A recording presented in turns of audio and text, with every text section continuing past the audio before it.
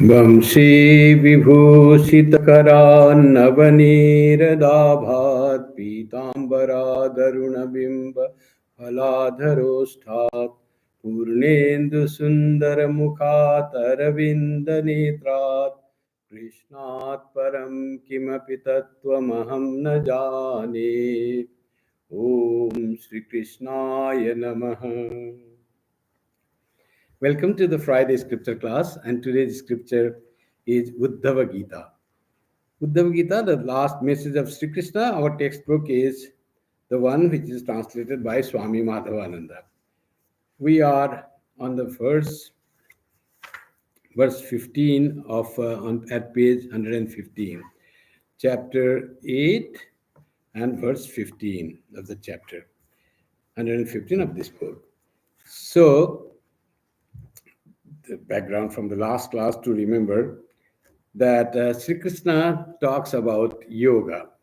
And what is yoga? He says that to practice yoga, one has to be the page 114, last verse, verse number 13.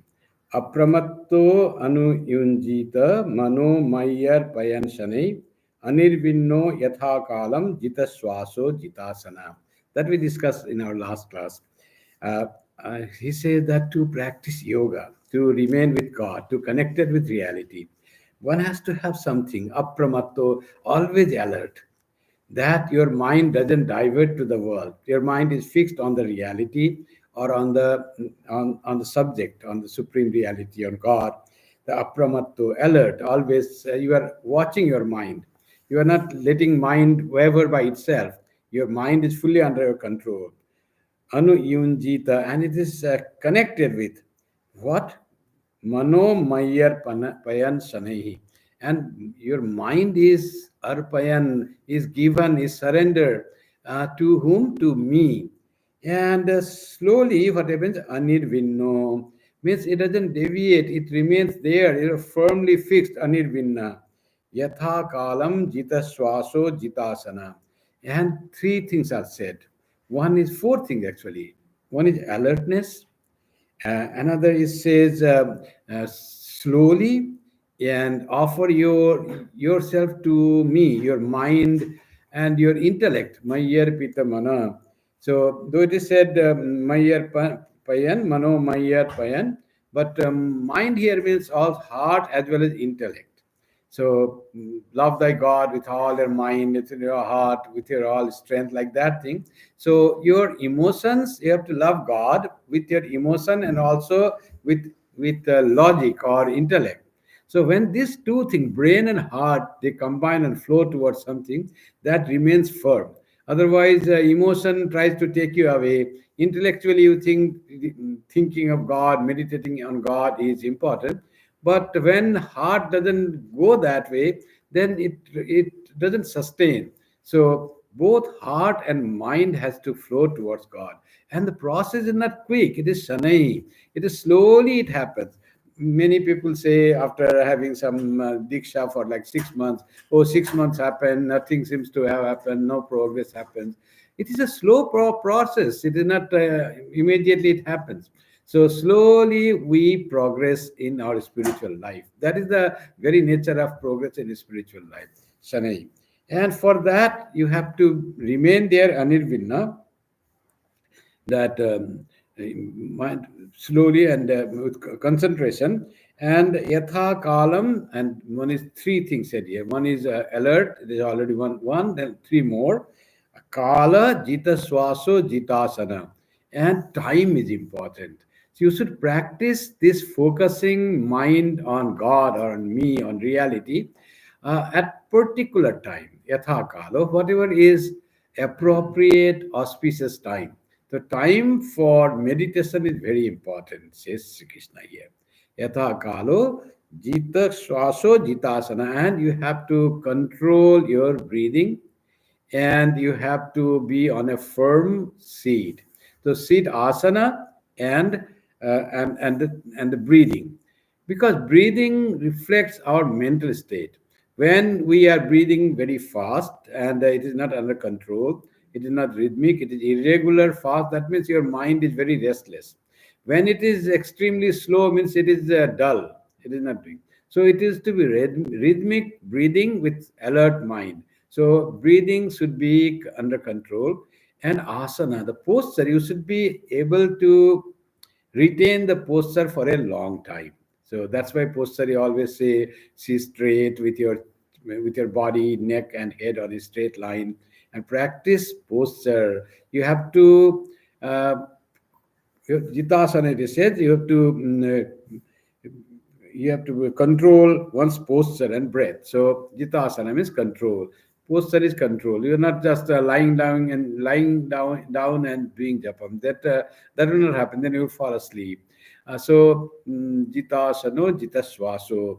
So these things Sri Krishna says. That's how meditation has to be practiced, connecting with God. This path of yoga Sri Krishna teaches here. We know that Bhagavatam is a book of bhakti, but how this bhakti is nurtured? Without yoga there is no bhakti. Without jnana, that's why without jnana also bhakti is difficult. There has to be jnana, there has to be manas, there has to be practice of yoga. All will lead towards love of God. Bhakti is love of God, love of reality, love of spiritual progress. That's all is bhakti. So Sri Krishna says that in verse 13 that we studied last time. It is followed. It says, Etavan yoga adisto machishyai janakadivi sarvato mana akrishya mayad bhavasyate yatha.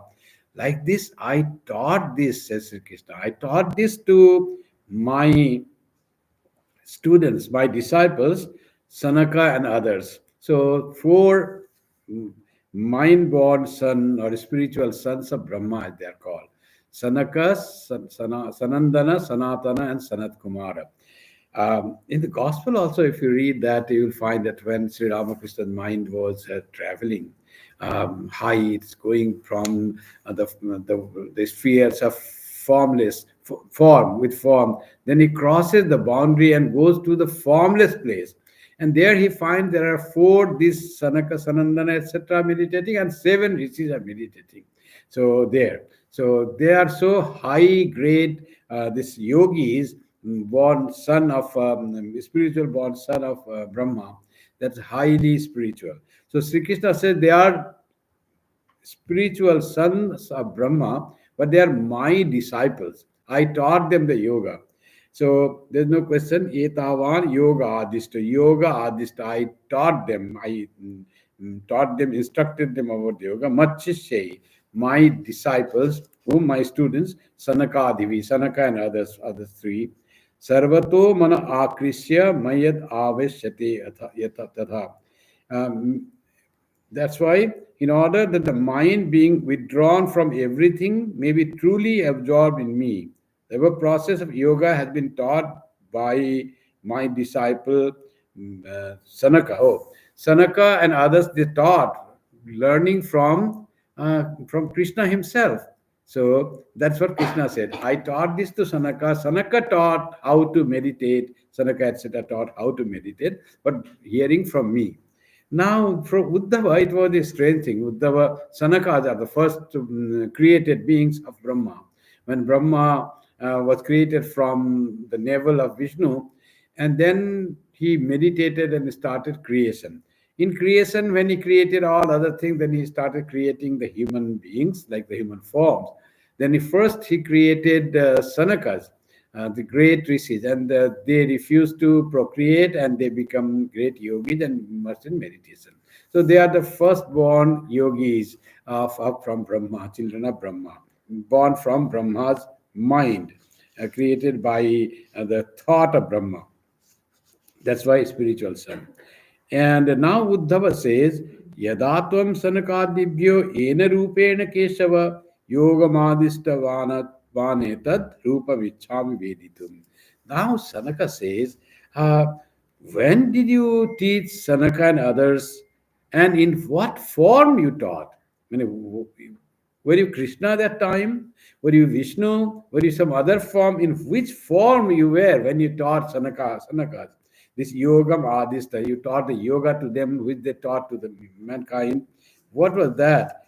and yad rupam ichhami veditum. I want to know the form in which you taught this Sanakas.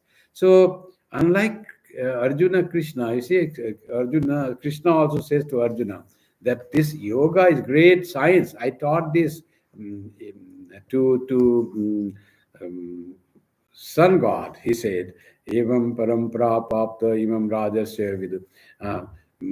Then he says, I taught this to sun god, and sun taught to his son Kashyap, and Kashyap to Marich. Like that, it all went to Rajarshis, and in the time, these were all deformed. Evam parampara prapto. It all went to Rajarshis, and at the time, it all went because of time, they were all destroyed, forgotten. I am again telling you, Arjuna, this yoga. Arjuna's question was, Aparam bhavato janma, param janma vivasvata, katametad vijaniyam, tamado praktavaniti. How you could have taught Vivasvat or sun god? Sun god existed much before you were born. You were born like me. You came to Gokul, and so as if the son of Yashoda and Nanda. You came, everybody knows that way. And the sun, Vivaswan, the sun god was so long in the start, beginning of creation, it was created. How to understand that you created sun, and then you taught to sun god, then sun taught to his son, Kashyap to Marich, and then it went to Rishi. So Arjuna had a doubt, but Uddhava doesn't have doubt. Uddhava says, he doesn't ask, how could you teach them? You were born just now, we are almost together, you are senior to me, but you were born like 120 years ago, 125 years ago, because it was Krishna's last time when Uddhava Gita was happened. And it said Krishna lived for about 125 years.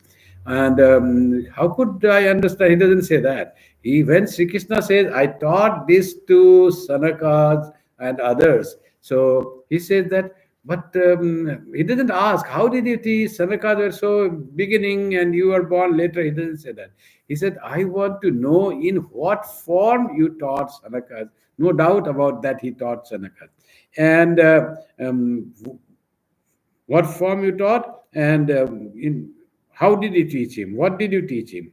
That's why etavan yoga distu yadatvam sanjay uddhava vacha yadatvam sanakadivyo ena rupena kesava yoga madisthavana vanetad rupa vichami veditum.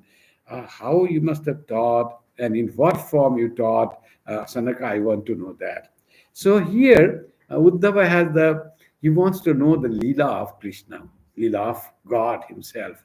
He is not satisfied with only Krishna Leela. He wants to know more about Krishna's Leelas, and in which age, in the ancient age, when just the creation was being made, God appeared that time. What form you taught? What were you when you came to Sanaka and taught? Then he wants to know Hamsa, Hamsavatar. It's called Hamsavatara.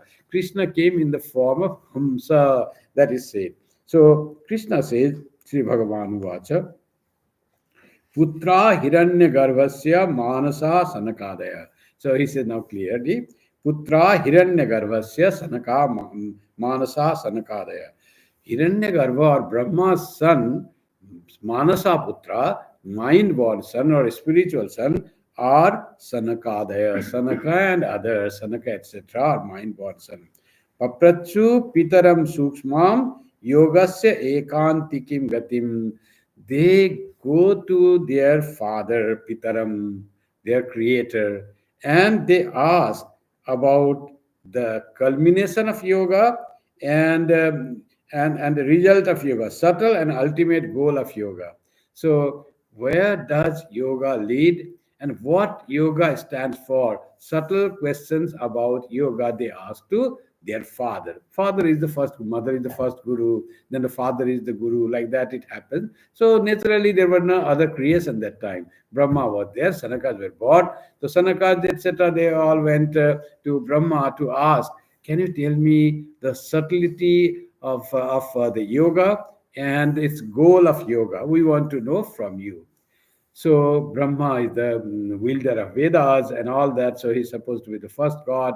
So they went there. Now, what did Brahma say? Brahma, the knower of all the Vedas. They say Brahma creates this world by the knowledge of the Vedas. But what happened when they asked about the yoga to Brahma? What is Sanaka, etc.? That's also detailed.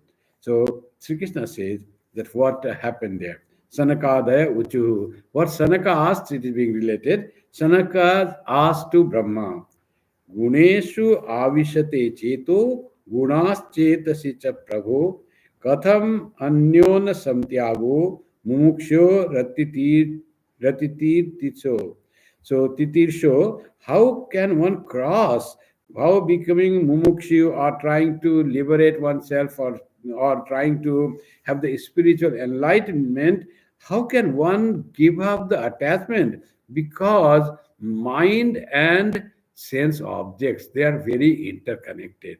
Our this creation says the mind and sense objects are all created of same panchabhutas, and they have natural affinity. Mind goes to this sense objects, and sense objects control the movement of mind. Mind has natural tendency to flow towards sense objects, and sense organs, they manipulate the mind, they attract the mind, they um, they react upon the mind. So how can one dissociate them? How can one separate the mind from the sense objects and fix the mind on reality? Naturally mind flows towards sense objects. There are sense objects, there is mind. Naturally they have natural tendency to go each other.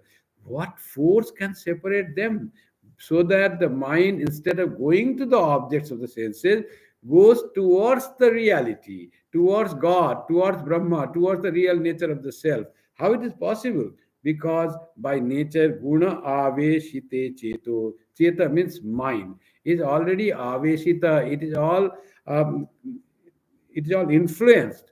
The mind is influenced by the, so guna means sense objects, and gunas chetasicha prabhu, and also sense objects. Also, mind also naturally flows to sense objects. Very difficult situation to separate sense objects from the mind. Mind tries to go there. So that's what Sri Krishna also said. Arjuna said to Krishna, "You are asking me to control the mind. Control from what?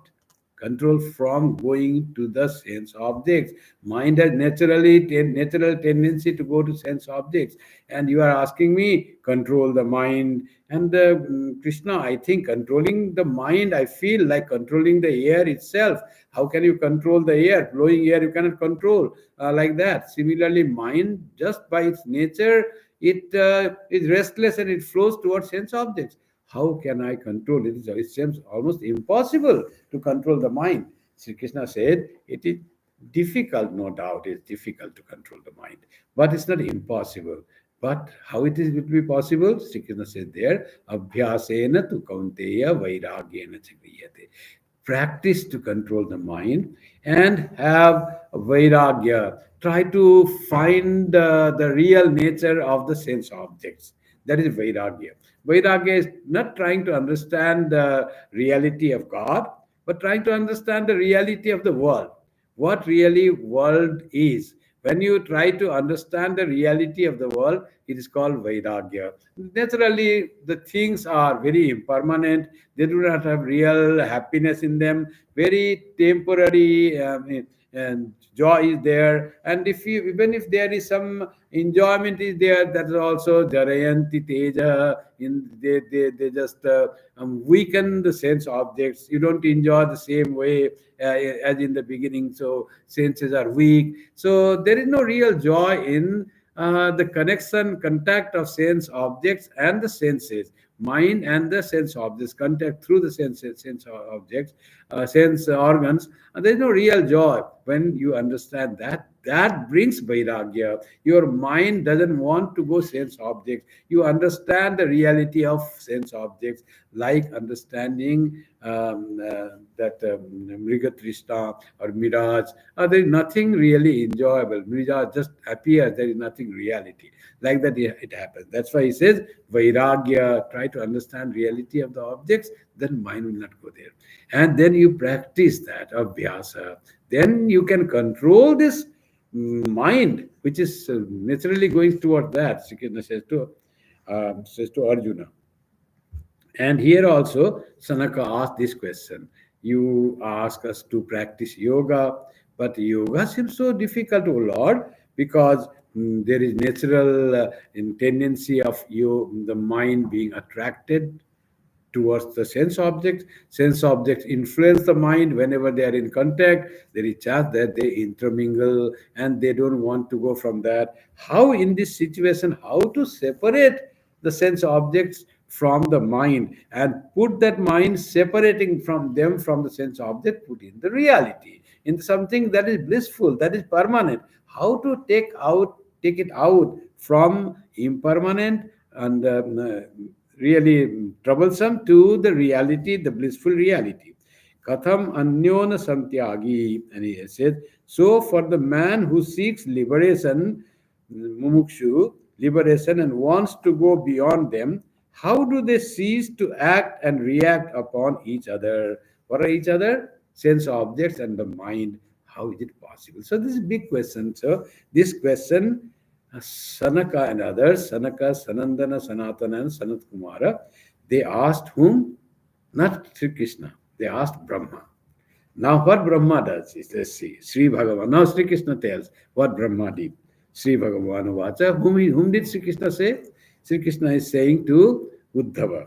He says, Evam Prishto Mahadeva Swayam Bhur Bhuta Bhavana Dhyayamana Prasna Bijam Nabhya Padyata Dharmadhihi.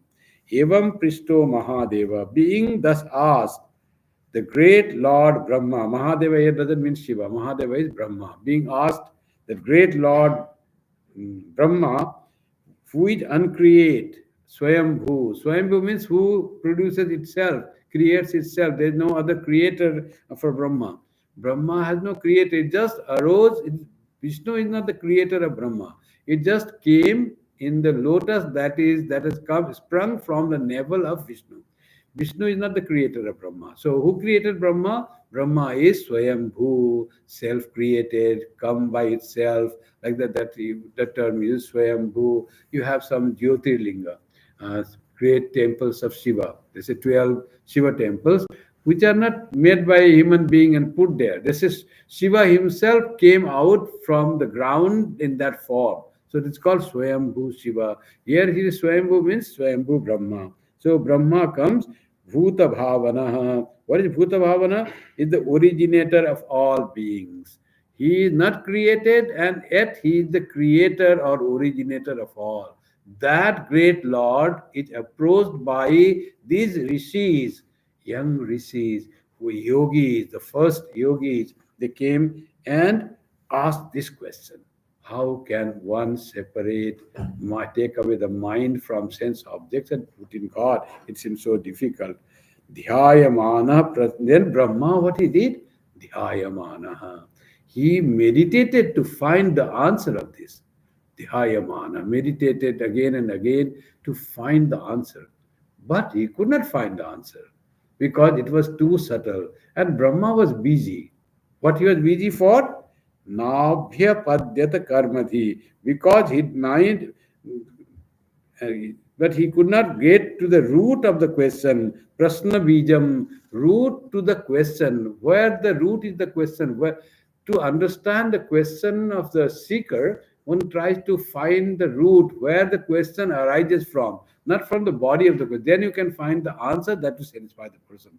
How this question might have arisen. So Brahma was too busy to find the root of the question or the source of the question, why they are asking this question. He could not reach that question. And he was also busy, karmadhi. What he was busy for? Because his mind was on work. What work he was doing? He was creating through meditation. All this universe was being created. First he thought it should be filled with the human beings, created this four, and they said no, they all become sannyasis, they all went away. So here's the problem, this thing now he wants to fill the world with, now Brahma would be very happy. He sees 7 billion people everywhere, population increasing. So Brahma would be very happy nowadays if he sees that 140 million people in one country, 138 million in another country. So all is filled, this world is filled with human beings and creation is filling. So Brahma's thing was are very much done now. But in the beginning, he created some being. They were not at all interested in filling the world. They were not at all interested in procreation and in increasing the number of species.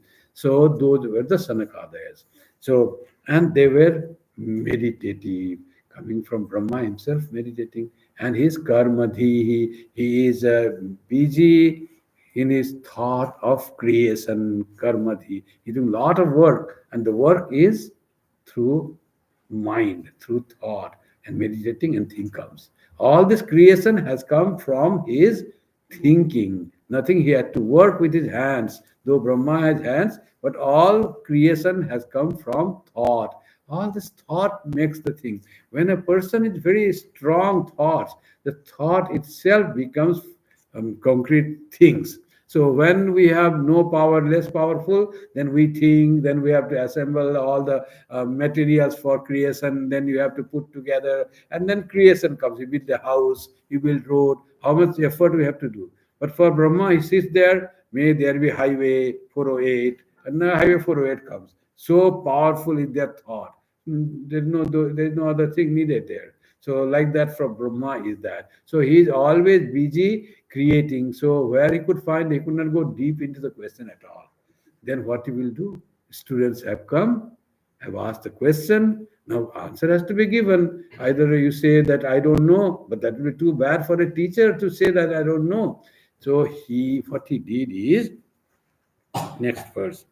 स माम चिन्तयद्देव परि प्रश्नपारतितीर्षया तस्याहं हंसरूपेण सकाशमगमं तदा.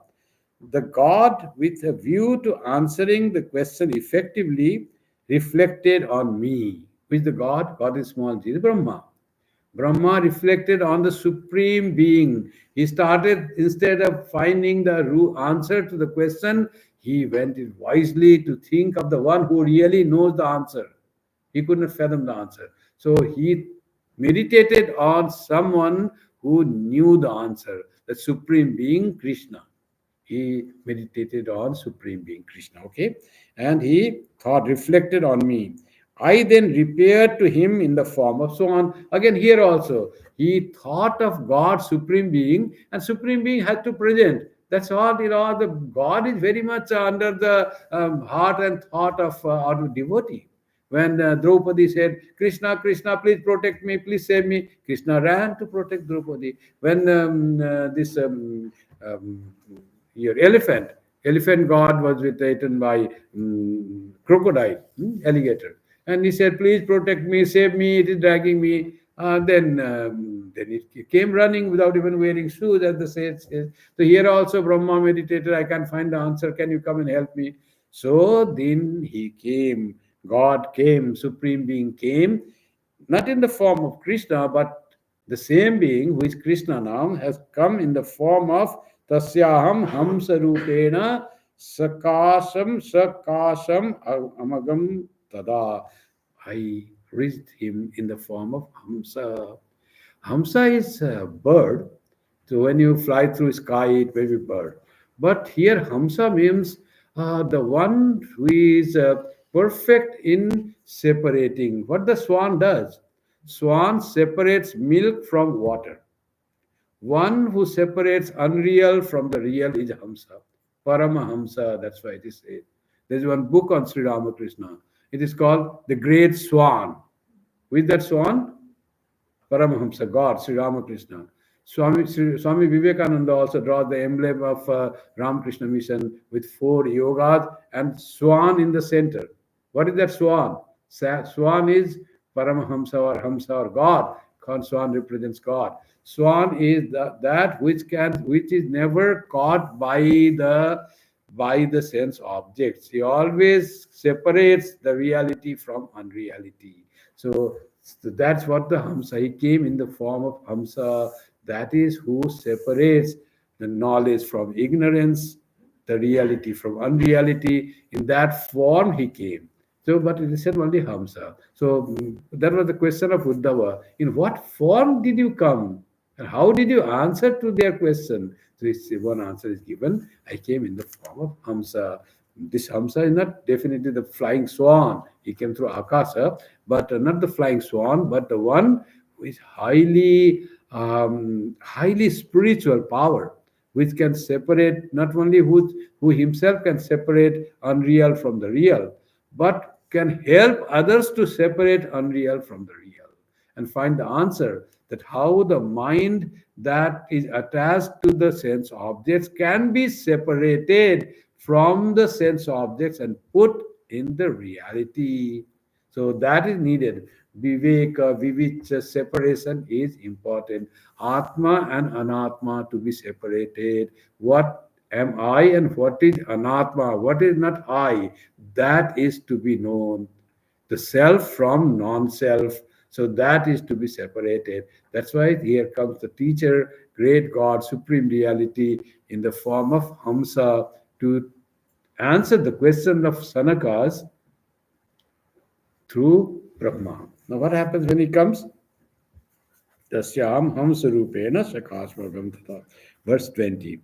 Dishtva mam ta upabrajya kritva padabhivandanam. Brahmanam agrata kritva paprachu ko bhavaniti.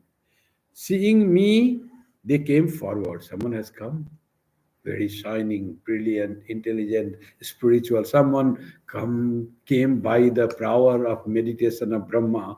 They all came, someone has come. So they understood it is not ordinary being has come. It is not like the Yaksha came to Kena Upanishad, that the Yaksha came to kings when they were elated and were arrogant. We conquered the Asuras and someone came to teach lesson. It is not that. Here also he came to teach lesson, but not because they were arrogant, but they really wanted a teacher to teach this saying. So this Tuamam, the Upabrajya, those who have come and seeing me, they came forward, Upabrajya, Kritva Pada Vivandanam. When someone comes like that, great, shining, no, or a Brahman or the great God has come, they could understand that it's someone that has come to teach us. Then what you do, the first thing is Pada Abhivandanam. Then they worshipped my feet. They touched my feet, is written here. They touched my feet and Brahmana Magrata Kritva, and making Brahma their leader, asked me, who art thou? After worshipping their feet, then only they asked, who really art thou? Not before that. Otherwise, people will think, oh, someone thief might have come, some charlatan might have come. Then we'll ask first whose identity, then only we'll treat him well. No, first, anyone coming has to be treated well. So, first, they treated well with all respect and then asked, who art thou? Ko Bhavaniti? Who are you? Ko Bhavan? So, that was the question asked to this Hamsarupa Paramatma that has come. Now, who asked? Making Brahma as the leader. It is the question of Sanakas, but Brahma had to ask, making them as the leader. Brahmanam agrata kritva paprachu. They asked this question. What question is not told? Ityaham munibhis pristas tattva jigyasubhistada yad vocha maham tevyas taduddhava nivodhame.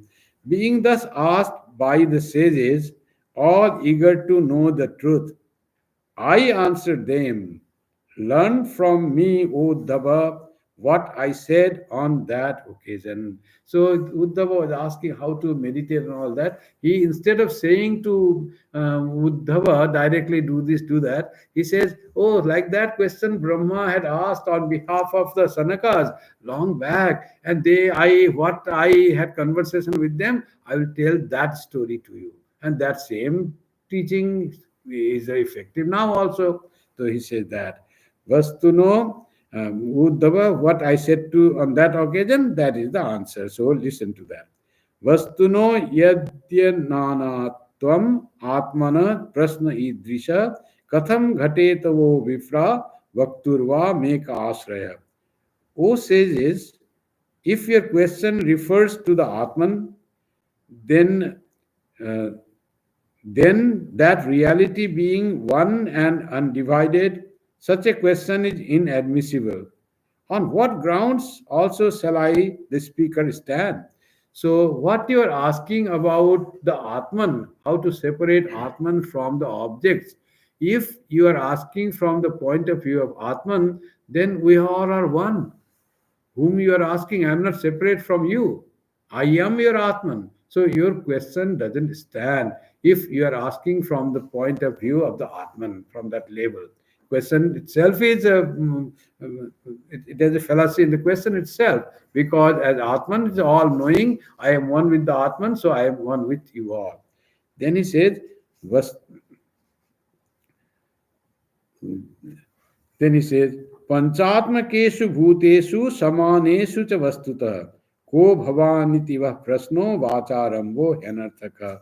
If you have asked, since the bodies of all beings are composed of the five elements, if you have asked from the point of view of body, that also is vacharamba. It also just use of words, useless words. It has no meaning because everything is composed of five elements. All your bodies, the objects, all are composed of five elements. There is nothing to ask. How do we get attracted? And there is a knot of chit jada granthi. Since they are the same in reality, your question, who art thou, is a mere effort of speech and is altogether meaningless. If you think my body and you asking who are you, then also we are all panchabhuta, all bodies made up from panchabhuta.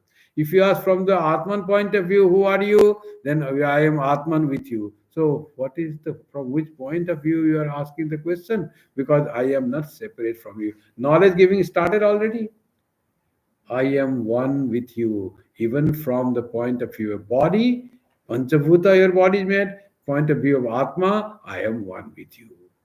As Hanumanji said, Jiva buddhya tu dasoham, deha buddhya tu dangsaka, Atma buddhya tavai vaham. Iti me nishchitamati. If you consider myself as a jiva, when I consider myself as a jiva, then deha, then I am your part. I am deha buddhya. I am your servant. Hanumanji said to Rama. With the think at the body, then I am your servant. When I consider myself as the jiva, jivatma, then tvadangsaka, I am your part. You are supreme, you are great, you are infinite, I am a small. You are a huge fire, I am a spark. So, but when I consider myself as the Atman, Atma Buddhya Tavai Vaham, when I consider myself as the Atman, you and me are not separate. We are both are one. I am one with you. So here also the Hamsa Avatar said, if you consider from the buddhi of the Atman, we are not separate.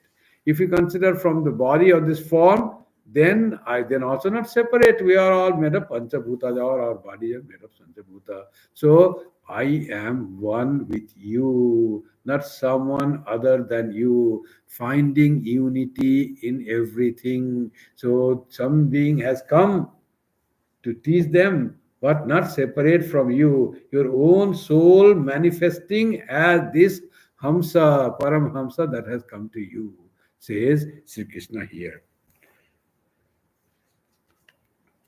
मनसा वचसा दृष्ट्वा गृह्यते नैरपीन्द्रियै अहमेव न मत्तोऽन्यत् iti buddhyasva manjasa. Understand this rightly, that by mind, speech, sight, and the other organs, I alone am cognized and nothing else.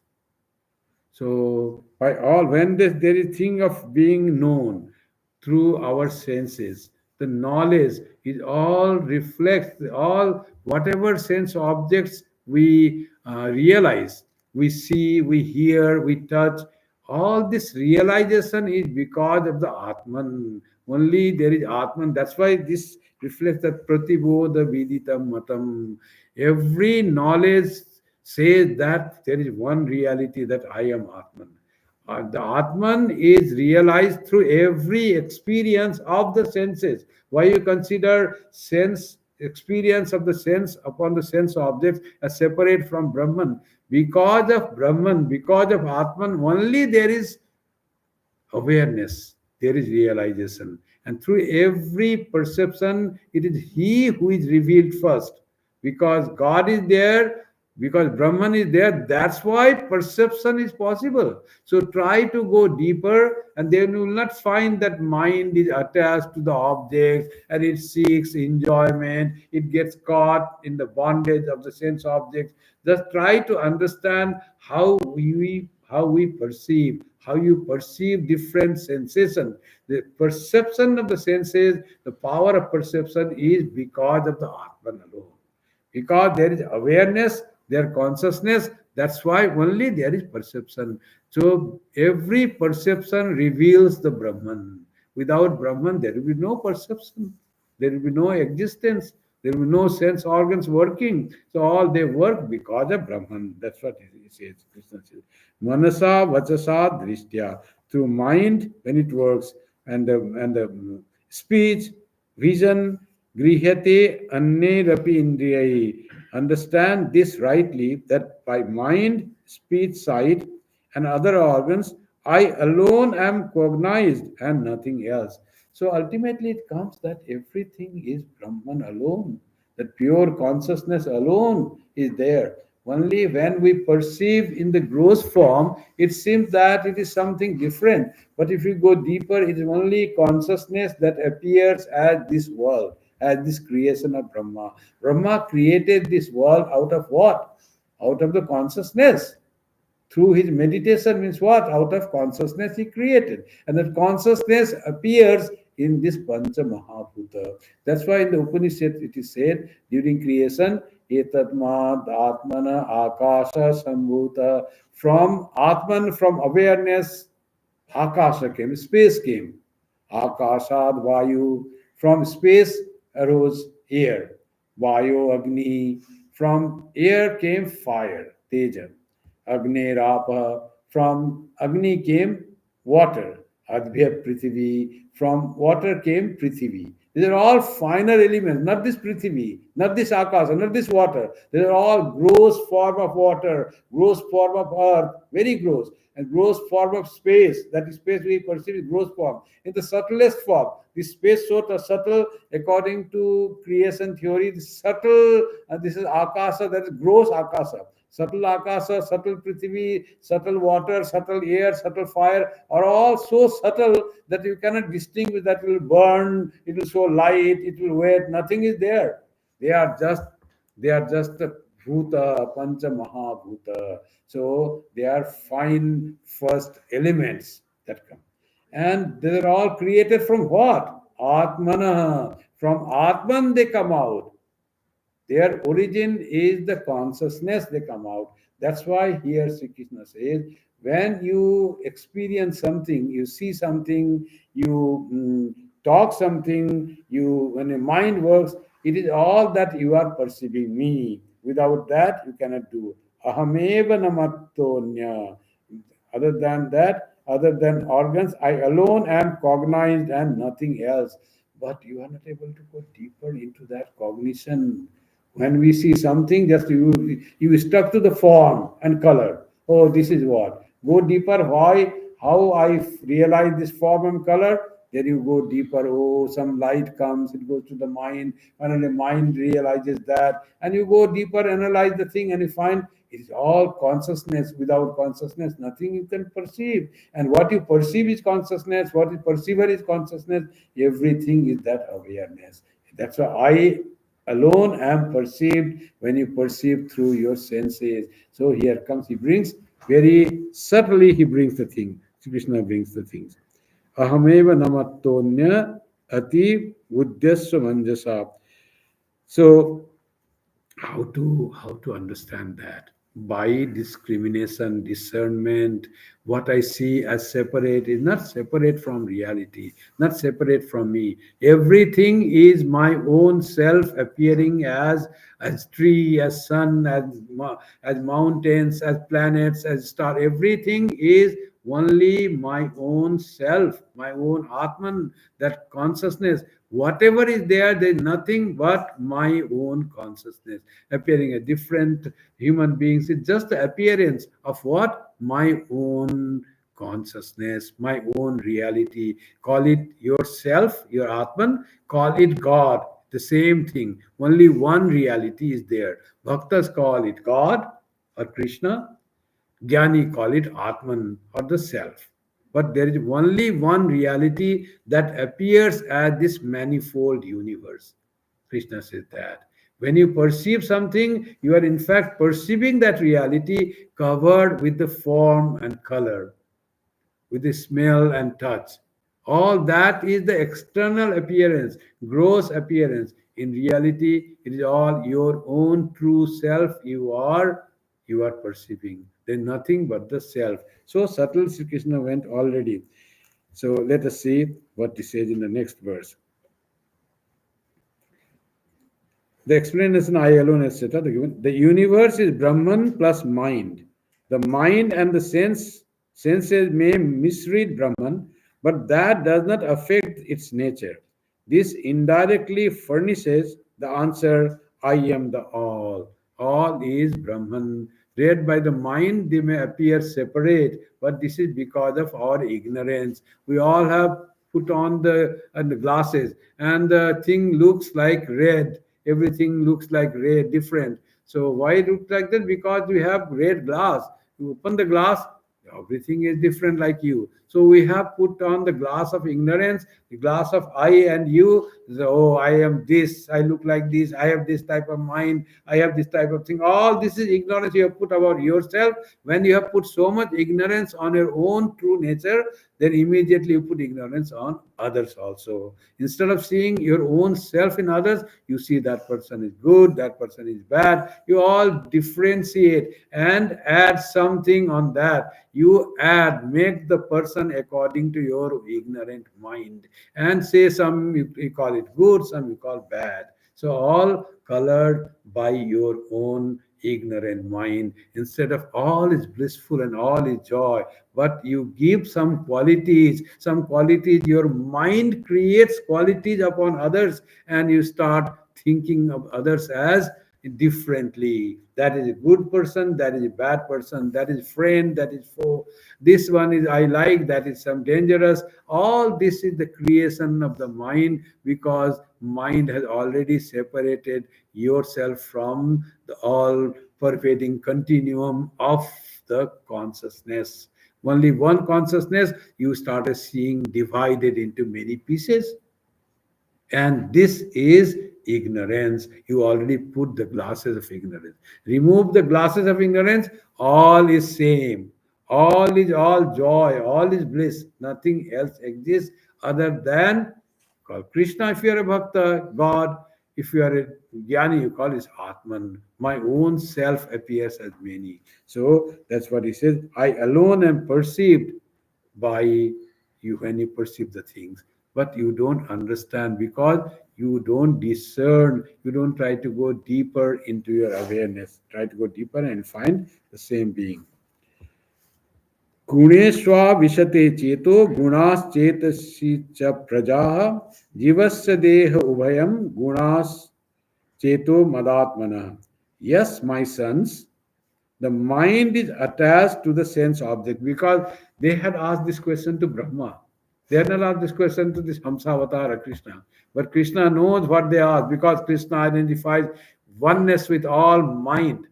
He can go that. That's why what they asked, they all already knows. Krishna knows. The question had not to be repeated to Krishna.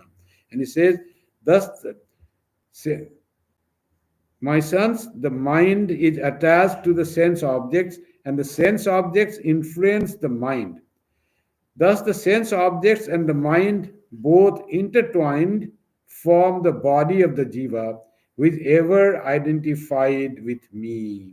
So, jiva is in reality identified with me, but because this body and mind are intertwined, you are not able to perceive me. I am forgotten, I am hidden. Where it is hidden? In the ignorance created by your ego. That has become the problem. So God wanted to play in the world, created the universe, and wants that universe to go on. No, otherwise the thing will be, everyone realizes God, then how the creation will go on? There has to be ignorance to for creation to continue. Otherwise, if it is all knowledge, then no creation will continue, because in knowledge there is no creation, there is no srishti. Creation means ignorance. Sri Ramakrishna used to say, when you have to make ornaments from gold, you have to mix some khad, some other elements. 100% gold will not make the ornaments. It will just bend, it will deform. So you make some other metal, and then it will have hold its position, its shape. So like that, if it is all pure consciousness, and you don't want any ignorance to put in, the creation will not be there. To make the creation, some ignorance has to be mixed in the consciousness, in the knowledge. And to mix that knowledge, what is done, God does is, creation is made. Now, beautiful thing going on, everyone, the Divine Mother wants to play. And then what he does, God then created this world. And now, because all have the capacity to know the reality, all have the power to know the reality, because in it is all fire. They can burn all ignorance. So God wants play to go on, not that everyone gets knowledge and whole creation again stops. So He wants ignorance to prevail, to remain here. And but God is created, and God is everywhere. God is in every bit of the Ishavashamidam Sarvam. Then God thought, I should hide from these people, intelligent race that I have made. Otherwise, they will all find me and creation will stop. All will be knowledge. Now, where to hide? He consults his angels. Where to hide? Can you suggest me? He says, you have created such wonderful world. You can hide at the top of Himalayas, Mount Everest, and nobody. But he says, I have given them so much intelligence. They can climb Mount Everest. You see, in 1953 only they climbed. So if God is hidden there, they will find it out. So no, people will find me sometime. They will climb the Mount Everest. So then they say, God, then the angel said, no, that if that is difficult, you have made ocean depths deeper than even Mount Everest, depth in Pacific. Hide somewhere there, they will not find you. So no, I have given them so much skill, intelligence, willpower. They will find out wherever I hide. So after a lot of thinking, then God thought I should hide, otherwise play will not go on. Then where to hide? He found out the place to hide. Where people will not search. They will search every bit of universe, but they will not search deep within themselves. There is a story of one person found that in the train, some person was taking a lot of money, wealth, ornaments, etc. And that person also bought the ticket just beside him and thought that whenever that person is little an alert, I can take the things and go away. So that person went to washroom, and then after that he came, and this passenger who had money had to go to washroom. He said, "Okay, you are here." I made a friendship with that. Okay, you are here. Now I go to washroom. Then that was the time for the thief to take away all the wealth. Hmm? Then he searched his suitcase, opened that. He was not criminal. Nothing could be found. But he had the information, and very correct information, that he had brought a lot of money. So he wanted to steal that. So, but everything he did, he searched everything, but not to be found. So the thief thought where it went. Then after all happened, then time came that they had to go. Then thief revealed himself. So I am actually a thief, made friendship with you. I had come to steal your wealth. But I searched every bit of your suitcase and everything, your bedding, everything. But I couldn't find. That time there was no pocket that he took in the pocket, nothing like that. Where is the objects, your precious objects? Then they said, okay, I knew that you had come to steal me. That's why I hid all the things under your pillow. So he would see search everything of that person, but not his own bedding. He couldn't guess that way. And finally, he took from the pillow of his and then got down at the station. Like that, God is hiding, has to hide in some place where human beings will not search. And then he found human beings don't search their own heart, their own being. They don't look inside. They all look outside only. That's why Upanishad said, Kaschidhira pratyagatmanamichan avritta chakshu amritattvamichan. Everyone tries to see outside. Senses are going outside, where they will not find God. God is residing in the heart. and will not search hard. So some people, wise people, want immortality, want spiritual enlightenment. They will turn their gaze inwards, abhita chakshu. They will turn their eyes and start seeing within themselves. And because they want that, they will find God residing in their hearts. So God resides in our heart means our deep consciousness, deep awareness. That's what the God is there. Once God is found within the deep in our heart, then God is revealed in every bit of this creation. Every you will found residing in the heart of everyone, in every bit of that. Aham Atma Gudakesa Sarva Bhuta Saya Sthita. I am the self in all beings. Or Ishavasramidam Sarvam Yatkincha Jagatyam Jagat. Everything is covered by God, or I am residing in the heart of every being. When will person know that? When the person finds God or Atman, God in his own or her own self, in her heart. When once God reveals, God cannot hide from that person. Found out like that. Huh? I have found Eureka, Eureka, Archimedes, that thing. Then person says Eureka, Eureka, and enlighten. If he is searching God, then the Eureka moment will come. He's not searching God. Oh, God, he does something little of God. Oh, okay, God means they're doing pranam and all that, remembering a little once a week, go to the church and do pranam and say something, confession, some kneel down before the Christ, or go to the temple and do the little arati. And then for rest of your time, you don't think of God at all. Then God is very happy. Oh, I'm hiding. Let him play in the world. Let him try to enjoy the world where there is no real joy. All is suffering, little joy. God has given little thoughts of joy, though. Little sense of enjoyment is there. So this is so wonderful food, wonderful scenery, what a wonderful, nice things, objects of science, and like that. This is the thing. There is great joy in procuring, possessing things, and enjoying the things of the world. The food, the sight, the cereal, all are so joyful. Very nice movie, wonderful cereal. Have you seen that? There's so much fun in that. Look how much fun. Very little fun. Those who have not found real fun, they will find fun in all those things, but that is very diluted and very insignificant amount of fun in the things of the world, in sense objects.